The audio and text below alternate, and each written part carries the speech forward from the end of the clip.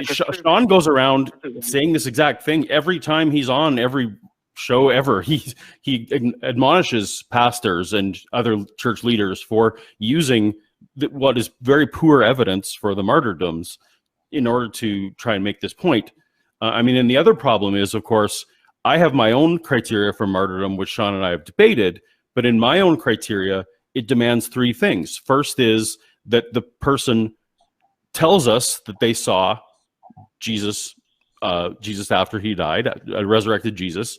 Two is that the person actually had a chance to recant, because if they didn't have a chance to recant, then really we're not saying that they died for truth at that point. They may well have died for pissing someone off, which actually in the case of Jesus's brother, that's exactly why he was killed, not for his beliefs. What do you guys say to that? That his brother was killed because he got somebody angry and not for his beliefs. What are you guys' thoughts on that? Well, that's false. Josephus says in his Antiquities, Book 20, Section 200, that Albinus came in, or he was the high priest, I believe, at the time. I think it was Albinus, or maybe Albinus was the Roman prefect who was coming in, or I think they were called procurators by that point. Anyway, when the switch of the Roman governor was being made, Josephus reports that the high priest took this opportunity to arrest James, the brother of Jesus, and some others, and they charged them on the account of being lawbreakers, that is, breakers of the Jewish law, which is something that, according to the book of Acts, the Christians were charged as being breakers of the law, like Paul, because they were saying you were justified by faith. So that's entirely consistent. But that is not the only thing. That's just Josephus's story. Fuller accounts are found in Hegesippus and Clement of Alexandria, and they discuss how they took James to the top of the temple, and they told him to deny that his brother is the Messiah, and when he refused, they threw him off the top. Now, I was on the Temple Mount a little over a year ago, and that's pretty high up, without even going to the top of the temple, just where the Temple Mount was, and we looked over where they would have thrown him, and it would be a nasty fall. I don't know, 75 to 100 feet, something like that. It'd be hard to survive that. Some would. And according to Hegesippus and Clement of Alexandria, he did survive it barely. And then they took a fuller's club, hit him across the head, and then they stoned him. And again, that's because he wouldn't deny that his brother is the Messiah. So according to those two, he died as a martyr. So just because Josephus doesn't mention the whole story doesn't mean that we should think that, we have no accounts of it.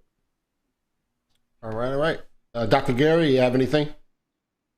Well, that was 62 AD, according to Josephus's details there in the book. And again, Paulogia is given part of the story. He says, because he ticked people off. Well, hey, that's shorthand in this case for, we're going to kill you. You believe the wrong thing. They made him a martyr. To whisk it away is because he ticked people. He ticked people because he was teaching somebody was the Messiah, as affirmed in Mark 14, 61 to 64. Jesus reportedly told the high priest that he was, are you the Christ, the Son of the Blessed One, is the question. And he says, ego me, I am. And henceforth you'll see the Son of Man. And he uses the phrase coming in the clouds, which is a statement of that's only used of God. And then sitting on the right hand of God, which is reported in a couple of Jewish books, First Enoch and Fourth Ezra. And that's his brother. And then we read that James became a believer because he saw the risen Jesus. Now, I'm sure they would say, oh, well, that's not in 1 Corinthians 15, which, by the way, they call a story. It's only the most respected passage of Scripture by the atheist New Testament scholars.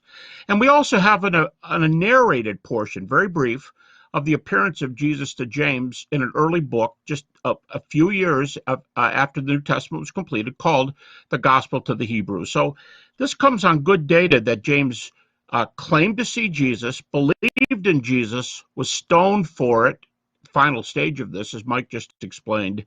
See, these are partial stories, wanting people to say, oh, yeah, you guys are reporting all the wrong things. And again, we've got to give the whole report. Marlon, what bothers me as this discussion goes on, they keep asking the guy, do you agree, do you agree, do you agree? And they want to hear some kind of agreement from this person. It's a little bit of mild bullying, a little bit of pushing. The fella doesn't seem to be super familiar with the data, but they're not presenting it well. And so they get a partial response from somebody who, and by the way, when he responded right there, he said Paul. And Logia is still talking about Peter.